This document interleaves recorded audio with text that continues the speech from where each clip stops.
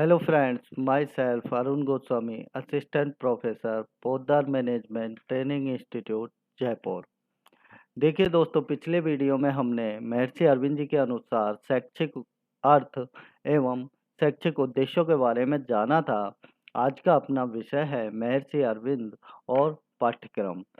देखिए दोस्तों, महर्षि अरविंद जी ने कहा है कि हमारा पाठ्यक्रम ऐसा होना चाहिए जो बालक का सर्वांगीण विकास करे। हमारे पाठ्यक्रम में उन क्रियाओं और विषयों को सम्मिलित किया जाना चाहिए जो बालक के जीवन से संबंधित हो और बालक के सर्वांगीण विकास से संबंधित हो।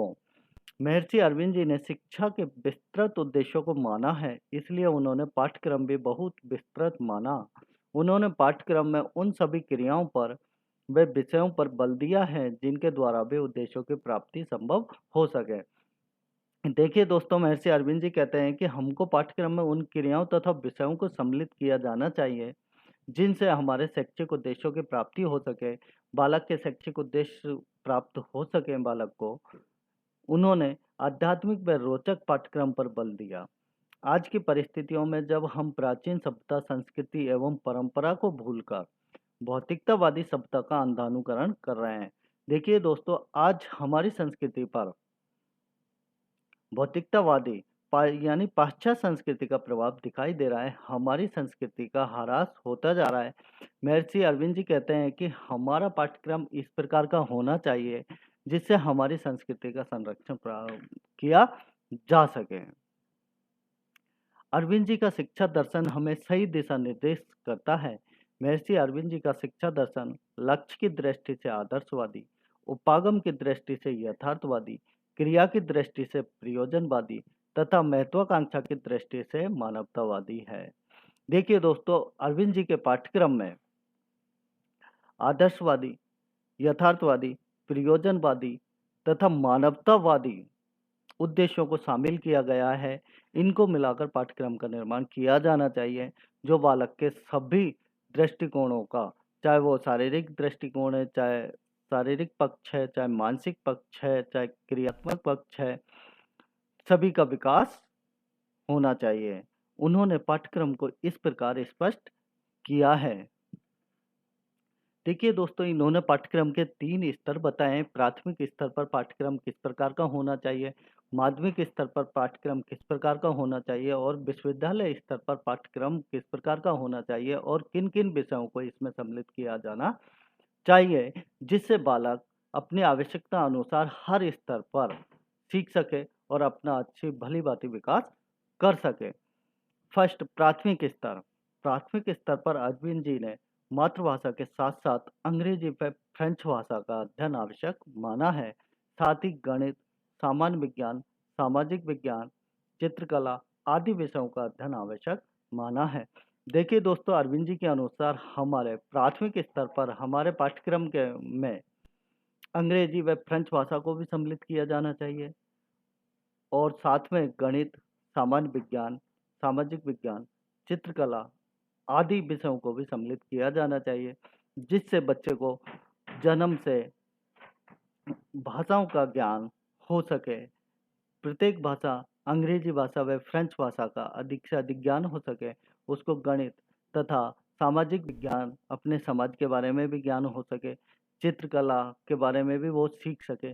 तो इन विषयों को प्राथमिक स्तर पर सम्मिलित किया जाना चाहिए हमारे पाठ्यक्रम में। सेकंड स्तर है माध्यमिक स्तर। माध्यमिक स्तर पर महर्षि अरविंद जी ने मातृभाषा के साथ साथ अंग्रेजी, फ्रेंच, गणित, सामाजिक अध्ययन, चित्रकला के साथ साथ भौतिक शास्त्र, रसायन शास्त्र, जंतु विज्ञान, वनस्पति विज्ञान, भूगर्भ विज्ञान, स्वास्थ्य विज्ञान आदि विषयों के अध्ययन पर बल दिया। देखिए दोस्तों, माध्यमिक स्तर पर जब बालक आता है तो उसे मातृभाषा के साथ साथ यानी प्राथमिक स्तर पर भी मातृभाषा में उसको शिक्षा दी जाएगी। माध्यमिक स्तर पर भी उसको मातृभाषा के साथ साथ अंग्रेजी, फ्रेंच, गणित, सामाजिक अध्ययन, चित्रकला आदि विषयों का अधिक अध्ययन कराया जाएगा। इनके साथ साथ उसे विज्ञान के विषय भौतिक शास्त्र, रसायन शास्त्र, वनस्पति शास्त्र, भूगर्भ विज्ञान आदि के विषयों के अध्ययन पर भी बल दिया कि इन विषयों का अध्ययन माध्यमिक स्तर पर बालक को बहुत जरूरी है। बालक का सर्वांगीण विकास करने के लिए माध्यमिक स्तर पर इन विषयों का अध्ययन करना अत्यंत आवश्यक है। थर्ड, विश्वविद्यालय स्तर। देखिए दोस्तों, प्राथमिक स्तर के बाद माध्यमिक स्तर के बाद थर्ड विश्वविद्यालय स्तर। प्रत्येक स्तर पर अरविंद जी ने विषयों में वृद्धि की है। प्राथमिक स्तर पर कम विषय रखे हैं, माध्यमिक स्तर पर और विषयों को बढ़ाया गया है और विश्वविद्यालय स्तर पर उन विषयों में और अधिक विषयों को सम्मिलित कर दिया गया है। अरविंद जी ने विश्वविद्यालय स्तर पर अंग्रेजी व फ्रेंच साहित्य के साथ साथ गणित, भौतिक शास्त्र, रसायन शास्त्र, जीव विज्ञान, विज्ञान का इतिहास, सभ्यता का इतिहास, जीवन का इतिहास, मनोविज्ञान, समाजशास्त्र, भारत का पाश्चात्य दर्शन, अंतर्राष्ट्रीय संबंध आदि के अध्ययन पर बल दिया। देखिए दोस्तों, विश्वविद्यालय स्तर पर जब विद्यार्थी आता है तो उसे अंग्रेजी व फ्रेंच भाषा के साहित्यों का अध्ययन कराया जाएगा। उसके साथ ही गणित, भौतिक शास्त्र, सभी विज्ञान के पक्षों का अध्ययन कराया जाएगा। उसे इतिहास के बारे में भी समझाया जाए, ऐतिहासिक विषयों को जोड़ा जाए, जीवन का विज्ञान, बालक को उसके जीवन से संबंधित क्रियाओं का विज्ञान का भी अध्ययन कराना आवश्यक है और बच्चे को मनोविज्ञान का ज्ञान भी होना आवश्यक है। इसके साथ ही हमारे पाठ्यक्रम में भारतीय पाश्चात्य दर्शन को भी सम्मिलित किया जाना चाहिए, जिससे बच्चा भारत के बारे में ऐतिहासिक दृष्टिकोण के अनुसार भारत की संस्कृति व दर्शन के बारे में जान सके तथा अंतर्राष्ट्रीय संबंध के बारे में भी अध्ययन पर बल दिया कि विश्वविद्यालय स्तर पर बालक को राष्ट्र के साथ साथ अंतर्राष्ट्रीय संबंधों का भी अध्ययन कराना चाहिए, जिससे वह राष्ट्र तथा अंतर्राष्ट्रीय स्तर पर अपना सर्वांगीण विकास कर सके। सेकंड, विद्यालय। महर्षि अरविंद जी के अनुसार विद्यालय किस प्रकार के होना चाहिए, विद्यालय में कौन कौन सी क्रियाएं प्रत्येक दिन होनी चाहिए, हमारा विश्वविद्यालय किस प्रकार का व्यवस्थित होना चाहिए, किस प्रकार की सेवाओं को अधिक महत्व देना चाहिए। महर्षि अरविंद जी के अनुसार विद्यालय में विद्यार्थियों का सर्वांगीण विकास होना चाहिए। उन्होंने विद्यालय को योग साधना का केंद्र माना था। वे चाहते हैं कि विद्यालय में बिना भेदभाव के शिक्षा दी जाए। विद्यालय के द्वारा मानव सेवा एवं श्रम की भावना का विकास किया जाना चाहिए। विद्यालय विश्व बंधुत्व की भावना का प्रसार करने का साधन भी होना चाहिए। देखिए दोस्तों, महर्षि अरविंद जी ने विद्यालय को सर्वांगीण विकास का केंद्र माना है कि बच्चे का सर्वांगीण विकास विद्यालय में ही हो सकता है। इसके साथ ही विद्यालयों को उन्होंने योग साधना का केंद्र माना है। जिस प्रकार संत, ऋषि, महर्षि अपनी योग विद्या एक शांत स्थान पर करते हैं, उसी प्रकार महर्षि अरविंद जी कहते हैं कि हमारे विद्यालय शांत क्षेत्र में होने चाहिए, जो एक योग साधना के केंद्र होने चाहिए, जिससे हमारी शिक्षा प्राप्ति भी एक योग साधना के समान ही है। और विद्यालय में बिना भेदभाव के शिक्षा दी जाए, सभी विद्यार्थियों को समान समझा जाए, किसी से किसी भी प्रकार का जाति, लिंग, निवास आदि के स्थान पर किसी भी प्रकार का भेदभाव नहीं किया जाना चाहिए। सभी में विश्व बंधुत्व भावना का प्रसार करना चाहिए कि हम सभी एक हैं। भारतीय संस्कृति का एक ही नारा है, विश्व बंधुत्व। ये पूरा विश्व भाईचारा है। थर्ड, अनुशासन। देखिए दोस्तों, महर्षि अरविंद जी अनुशासन प्रेमी थे और वो कहते हैं कि बालक के जीवन में अनुशासन का होना अनिवार्य है। बिना अनुशासन के एक बच्चा अच्छा विद्यार्थी नहीं बन सकता, एक अध्यापक अच्छा अध्यापक नहीं बन सकता। अनुशासन विद्यार्थी और शिक्षक के लिए अनिवार्य साधन है। वह तभी शिक्षा प्राप्त कर सकता है तब वह अनुशासित होगा। अनुशासन के संबंध में महर्षि अरविंद जी ने यह बताया कि अनुशासन शारीरिक एवं मानसिक दोनों ही प्रकार की क्रियाओं से पर नियंत्रण से है। देखिए दोस्तों, महर्षि अरविंद जी कहते हैं कि अनुशासन शारीरिक और मानसिक क्रियाओं पर नियंत्रण रखता है। अनुशासन शिक्षा के क्षेत्र में बहुत आवश्यक है, इसलिए वे मानते हैं कि अनुशासन के लिए सहानुभूतिपूर्ण और प्रेमपूर्ण व्यवहार होना चाहिए। उन्होंने अनुशासन के लिए नैतिकता पर भी बहुत अधिक बल दिया है। वे मानते थे कि विद्यार्थियों के सम्मुख अध्यापक आदर्श आचरण प्रस्तुत करें। आदर्श आचरण से विद्यार्थी स्वतः ही अनुशासित हो जाएंगे।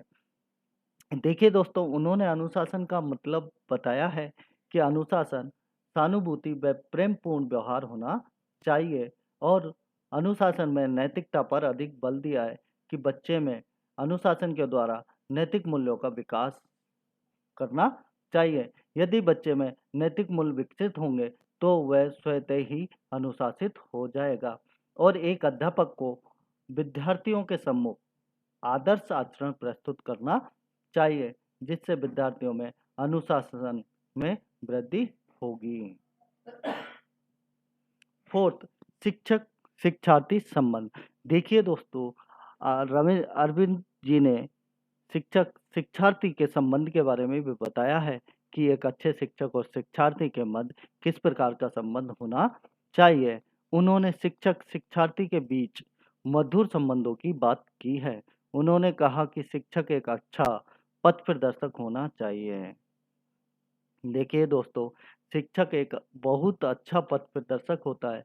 बच्चे को भविष्य की ओर उन्मुख करता है तथा बच्चे को भविष्य के लिए विकसित करता है, उसके सभी पक्षों का विकास करता है।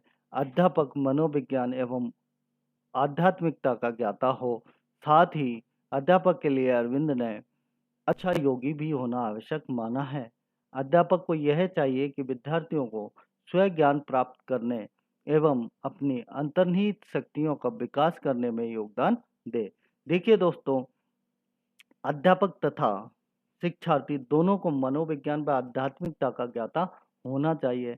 अध्यापक को मनोविज्ञान का संपूर्ण ज्ञान होना चाहिए, जिससे वह बच्चों का अधिक से अधिक सर्वांगीण विकास कर सके। और अध्यापक को अरविंद जी ने एक अच्छा योगी माना है कि योग साधना के द्वारा ही वह अपनी शिक्षा में वृद्धि कर बच्चों को शिक्षित करे तथा विद्यार्थियों को स्व ज्ञान प्राप्त करने और उनकी अंतर्निहित शक्तियों का विकास करने में पूरा योगदान दे सके। फिफ्थ, अध्ययन विधि। महर्षि अरविंद प्राचीन विद्यालयों को नवीन रूप देना चाहते थे। वे रटने की विधि को अच्छा नहीं मानते थे, लेकिन साथ ही उपदेश, प्रवचन, व्याख्यान आदि के प्रयोग को उन्होंने स्वीकार किया। देखिए दोस्तों, महर्षि अरविंद जी जो हमारे प्राचीन विद्यालय उनको नए विद्यालय के रूप में देखना चाहते थे। रटने की जो विधि थी उसके वो प्रबल विरोधी थे। वो उपदेश, प्रवचन, व्याख्यान आदि के प्रयोग को उन्होंने स्वीकार किया कि बच्चा उपदेश, प्रवचन और व्याख्यान के द्वारा अधिक से अधिक सीख सकता है। उन्होंने माना कि बच्चे को ज्ञान स्वयं आत्मसात करें। प्राथमिक स्तर पर उन्होंने कहानी विधि को उचित बताया है कि प्राथमिक स्तर पर जो छोटे बच्चे होते हैं उनके लिए कहानी विधि को उचित बताया है कि कहानी के माध्यम से उनका सर्वांगीण विकास किया जाए। पाठ्य पुस्तकों को भी वे अध्ययन का एक माध्यम मानते थे। पुस्तक सहायक एवं संदर्भ ग्रंथ के रूप में होनी चाहिए। सीखने की उत्तम विधि योग की क्रिया मानते थे। देखिए दोस्तों, अरविंद जी ने कहा है कि पुस्तकें अध्ययन का माध्यम है, लेकिन यह एक सहायक एवं संदर्भ ग्रंथ के रूप में होना चाहिए। पुस्तक ही सब कुछ नहीं होना चाहिए। हमारा सामाजिक ज्ञान बच्चे को सिखाने में भी पूर्ण होना चाहिए। संदर्भ ग्रंथों के जैसे सामाजिक ज्ञान भी होना चाहिए बच्चे को, राजनीतिक ज्ञान भी होना चाहिए, सभी प्रकार के ज्ञान भी होना चाहिए। और सीखने के लिए उन्होंने विधि योग की क्रिया को सबसे उत्तम माना है कि विधि योग की क्रिया के द्वारा बच्चे का विकास सबसे जल्दी व सर्वाधिक होता है। थैंक यू दोस्तों।